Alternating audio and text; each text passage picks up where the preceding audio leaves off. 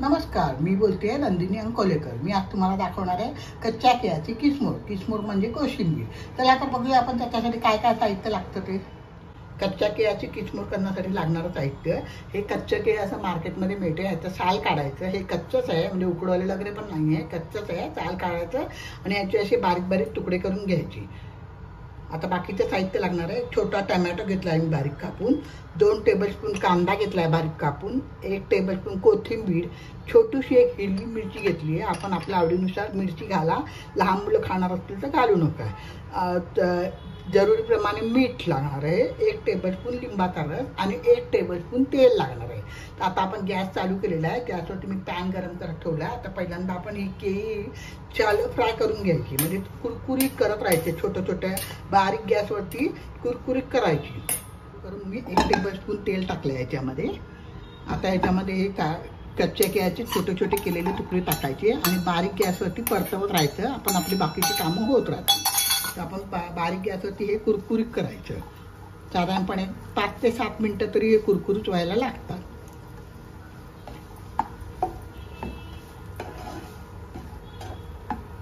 हे परतवून 2 ते 3 मिनिटं झाले आहेत। मध्ये मध्ये आपण वरखाली करत राहायचं आणि आता ह्याच्यामध्ये ना थोडंसं मीठ टाकायचं आणि बाकीचं मीठ आपण तिकडे किसमूरमध्ये टाकायचं।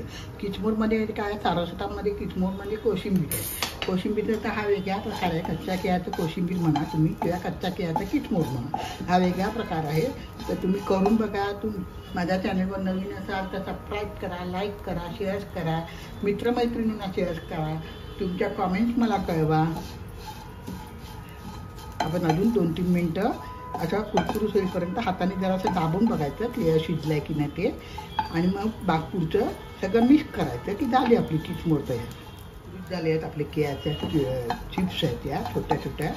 तर आपण आता गॅस बंद करूया आणि थोडा वेळ ह्याच्यातच राहू दे, म्हणजे आणखीन छान कुरकुरीत होतील। आणि जेवायला बसताना आपण ते सगळं मिक्स करायचं, म्हणजे हे कुरकुरीत राहतं आणि तोंडाला छान चव येते।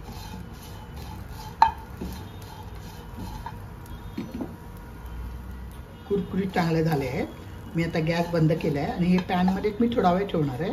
आपण जेवायला बसताना ते सगळं कांदा, टोमॅटो, लिंबू, मिरची सगळं मिक्स करायचं की झालं आपलं किसमूर तयार खायला। साहित्य याच्यात एक एक मिक्स करते। पहिले मी टोमॅटो घेते, कांदा घेते, कोथिंबीर, हिरवी मिरची। हिरवी मिरचीच्या आधी तुम्ही थोडासा घरचा मसाला वापरलात ना तरी चांगला लागतो। मीठ चवीनुसार, आपण थोडंसं केळ्यांना पण मीठ लावलेलं आहे।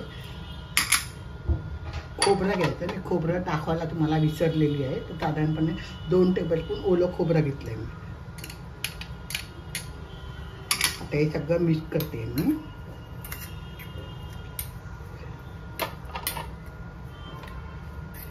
मिक्स झालं तर हे थोडंसं कोमट झाले तर आपण त्याच्यामध्ये मिक्स करूया।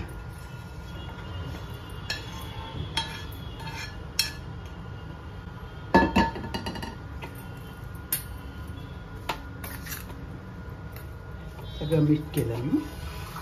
आता त्याच्यात लिंबाचा रस टाकायचा राहिला आहे, तर लिंबाचा रस टाकते मी त्याच्यात।